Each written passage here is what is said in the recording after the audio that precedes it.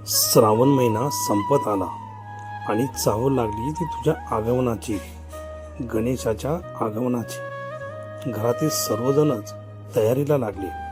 गणपती बसवण्याची जागा फिक्स झाली। गणेशाच्या आरास करण्याच्या वस्तूंची साफसफाई झाली। गणपती भोवती डेकोरेशन करण्याची खरेदी झाली। सर्वांच्या मताने मूर्ती सुद्धा निवडली आणि दिवस उजाडला भाद्रपद चतुर्थी म्हणजे गणेश आगमनाची।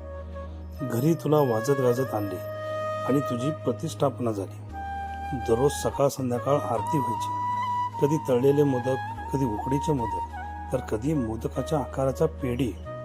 आज मी आरती घेणार, उद्या तू घे।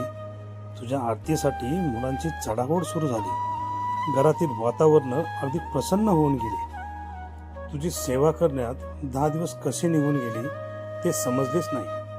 आणि आज तो दिवस उजाडला, अनंत चतुर्दशी, म्हणजे तुला निरोप देण्याचा। 10 दिवसांच्या सुखद आठवणी काळजात घर करून बसल्या आहेत। रात्रभर तुझ्याकडे एकटक पाहत होतो, तुझे रूप डोळ्यात साठवत होतो। तू आज आम्हाला निरोप देणार या विचाराने डोळे पाणावत होते।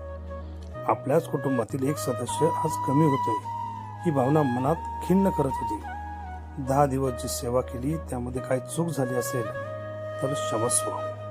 तू निरोप घेतोय, एक वचन देतोय की पुढच्या वर्षी लवकर येण्याचे।